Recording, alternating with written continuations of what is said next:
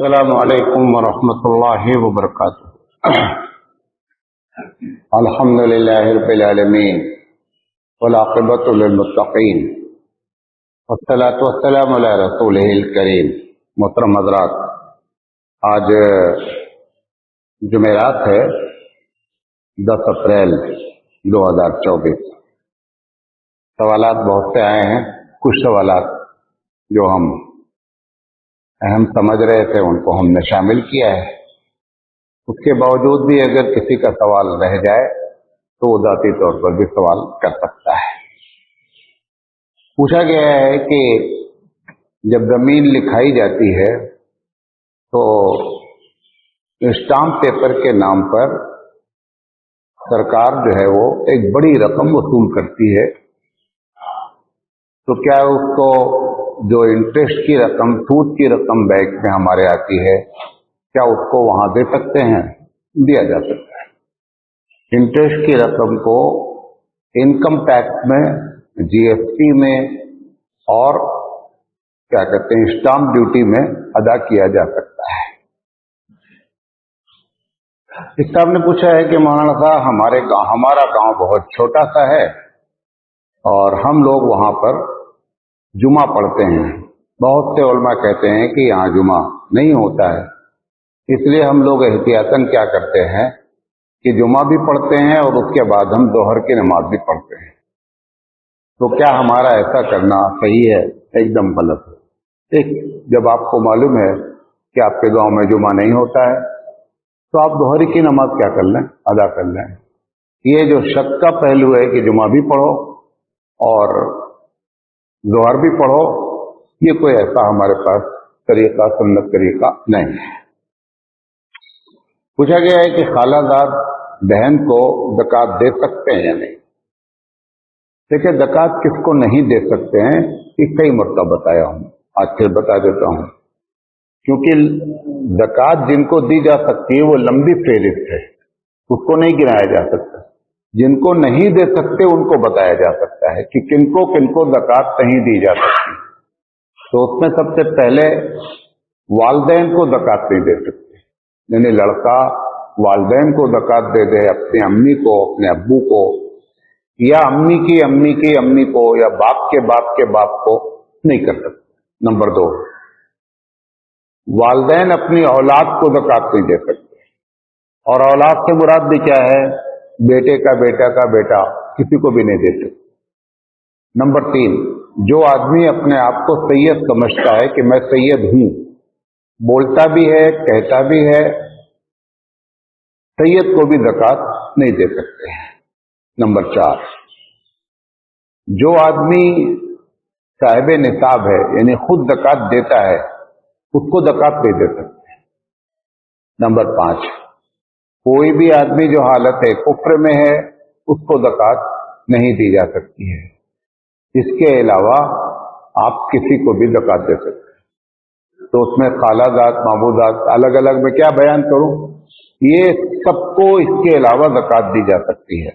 اور زکوٰۃ میں یہ بات بھی نوٹ کر لیں، یہ ضروری نہیں ہے کہ آپ اپنے کسی رشتہ دار کو زکوٰۃ کی رقم سے مدد کریں اور بتائیں کہ بھیا یہ زکوٰۃ کی رقم ہے۔ یہ بتانا بھی کوئی ضروری نہیں ہے۔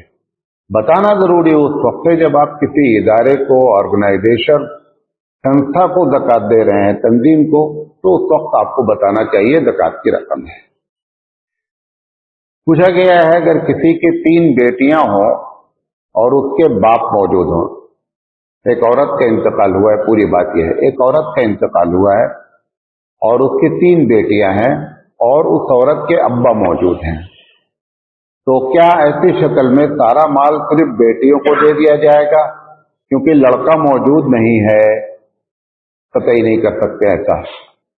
3 بیٹیاں اگر ہیں، 2 یا 2 سے زائد جتنی بھی بیٹیاں ہوں، ان سب کا شریعت میں حصہ قرآن میں ذکر ہے 2/3، یعنی 66.6% حصہ بیٹیوں کو جائے گا، جو آپس میں برابر میں کیا کر لیں گی، بانٹ لیں گی۔ اور چونکہ باپ موجود ہے مرنے والے عورت کا، تو بقیہ کس کو چلا جائے گا؟ باپ کو چلا جائے گا، سیدھے سب۔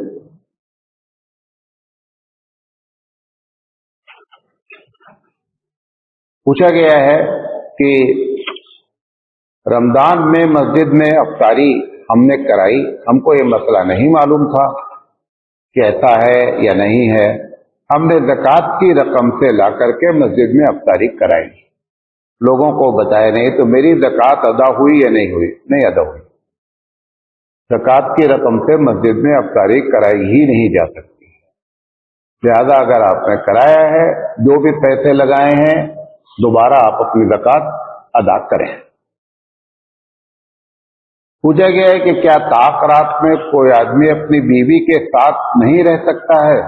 غلط بات، یہ لوگوں نے مشہور کر دیا ہے، ایسی کوئی بات نہیں ہے۔ جیسے پورے رمضان میں آدمی بیوی کے ساتھ رہ سکتا ہے، طاق راتوں میں بھی رہ سکتا ہے۔ پوچھا گیا ہے کہ میں نے وضو کیا اور وضو کرنے میں ناک میں پانی نہیں ڈالا، بھول گیا، نماز جب پڑھ چکا تو مجھے یاد آیا کہ میں نے ناک میں پانی نہیں ڈالا ہے، تو کیا میرا وضو ہوا اور مجھے نماز دہرانی پڑے گی؟ نماز دہرانے کی کوئی ضرورت نہیں ہے۔ ناک میں پانی ڈالنا، کلی کرنا، یہ سنت ہے، فرض نہیں ہے۔ فرض صرف وضو میں 4 چیز ہے: چہرے کا دھلنا، ہاتھ کا کونی سمیت دھلنا، مسح کرنا اور پیروں کا دھلنا۔ یہ 4 چیزیں اگر کوئی وضو میں کر لے گا تو وضو کیا ہو جائے گا؟ ہو جائے گا۔ مثال کے طور پر کہ آپ کو محسوس ہوا کہ میری رکعت چھوٹ جائے گی، تو آپ وضو کرنے لگے اور یہی 4 کر کے واپس آ گئے جلدی سے کہ تاکہ جو ہے وہ ہم کو نماز مل جائے، تو نماز ہو جائے گی، اس میں کوئی پرابلم نہیں ہے۔ پوچھا گیا ہے کہ کیا نبی کریم صلی اللہ علیہ وسلم نے حضرت خدیجہ کا تیجا اور برسی کی تھی، اور اگر کی تھی تو اس کس طریقے سے کی تھی؟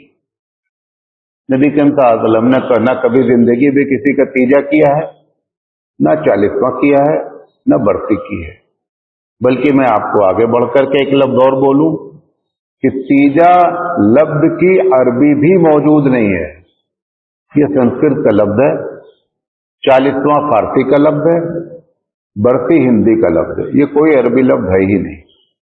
نبی کریم صلی اللہ علیہ وسلم نے کبھی یہ سب نہیں کیا ہے کہ جو بھی کر رہے ہیں یہ سب بھارت کا، کہ مسلمانوں کا اپنا اسلام ہے، جس کا رسول عربی محمد صلی اللہ علیہ وسلم سے کوئی تعلق نہیں ہے۔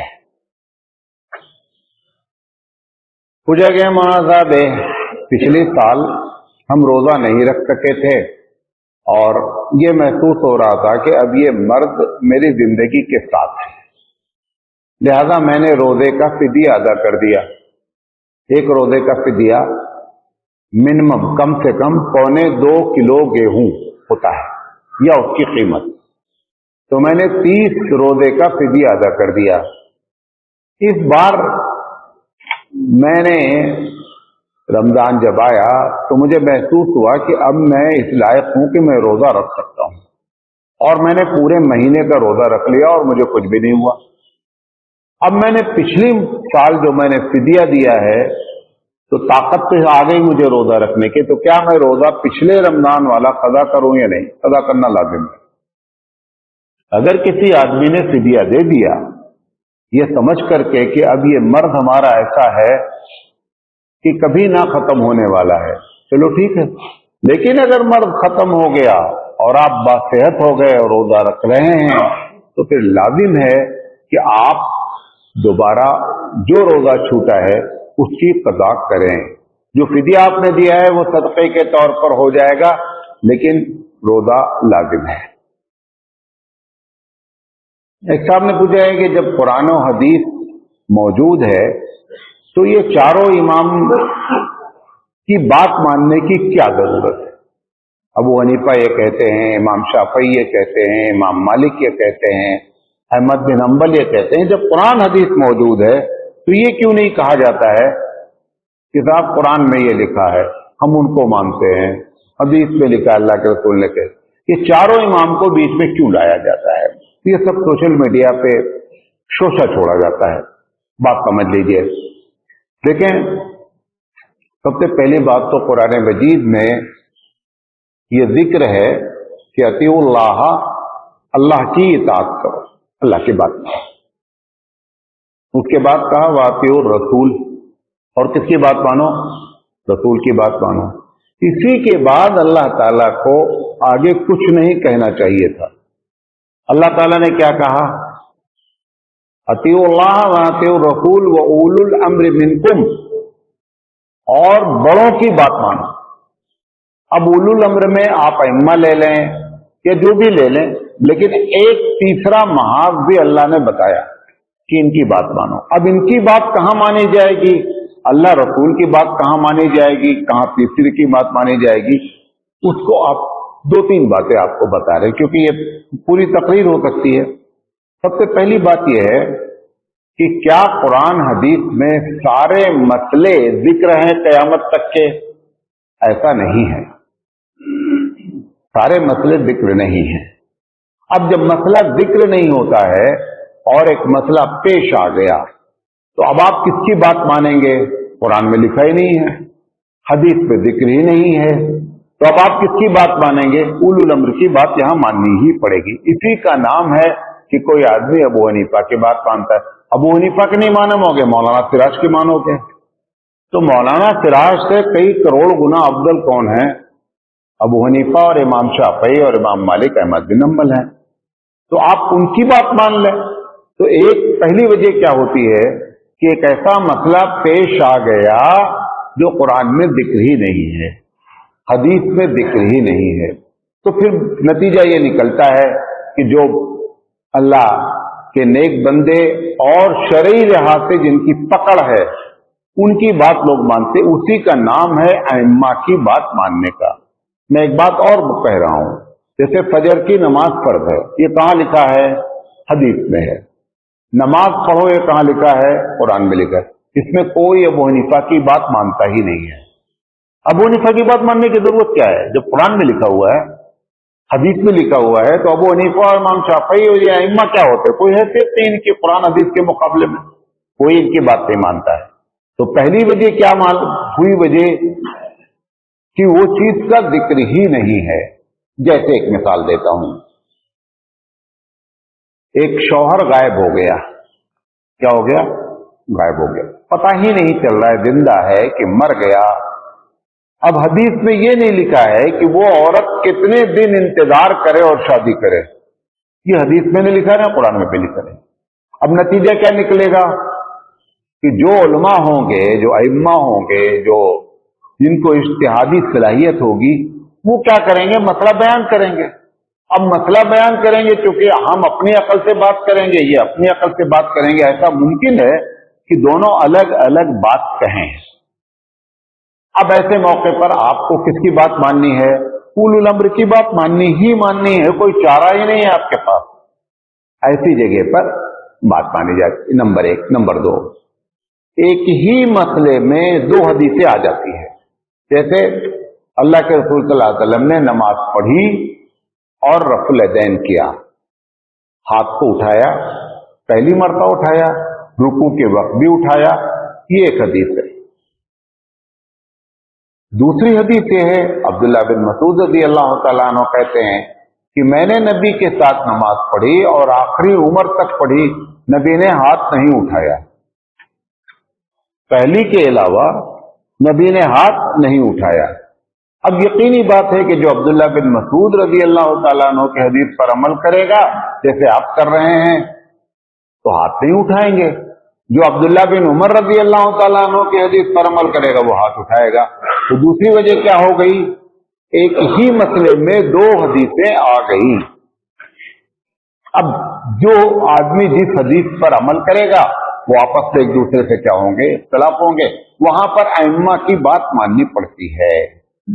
تیسری وجہ، بہت سی وجوہات ہیں، میں تین وجہ بتا کر آگے چلتا ہوں۔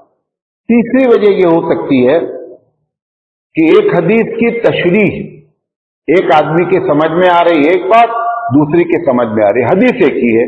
جیسے میں آپ سب کا استاد ہوں، ایک مثال دے رہا ہوں، میں آپ سب کا استاد ہوں، میں ناراض ہو گیا، استاد صاحب ناراض ہو گئے، میں نے کہا سب لوگ کلاس سے باہر ہو جاؤ، کوئی نہیں بیٹھے گا، چلو اٹھو۔ بچے اٹھے چلے گئے. 3 بچے کلاس میں بیٹھے رہے, نہیں گئے. پرنسپل صاحب آئے راؤنڈ پر تو دیکھا پیچھے بچے کھڑے ہیں کلاس کے باہر, دروازہ بند ہے. کیوں کھڑے ہو بھیا؟ نہیں, حضرت نے کہا ہے نکل جاؤ. ہم نکل گئے. وہ اندر آیا, آپ لوگ کیوں نہیں نکلے؟ وہ کہہ رہا ہے کہ حضرت ناراض تھے, نکالنا نہیں چاہتے تھے. اب دیکھیے ایک ہی بات کو 2 آدمی نے 2 طریقے سے کیا کر لیا, سمجھ لیا. اب آپ بتائیں اس میں غلط کون ہے یا اس میں صحیح کون ہے؟ جو یہ کہہ رہا ہے کہ میں بیٹھا رہ گیا کیونکہ حضرت ناراض تھے, وہ بات بھی معقول کہہ رہا ہے. جو باہر کہہ رہا نکل گیا, وہ کہہ رہا ہے کہ حضرت نے کہا نکل جاؤ تو ہم نکل گئے. ایسے مسئلہ پھنس جاتا ہے. بات ایک ہی ہوتی ہے اور مسئلہ پھنس جاتا ہے. وہاں پر اب کیا ہے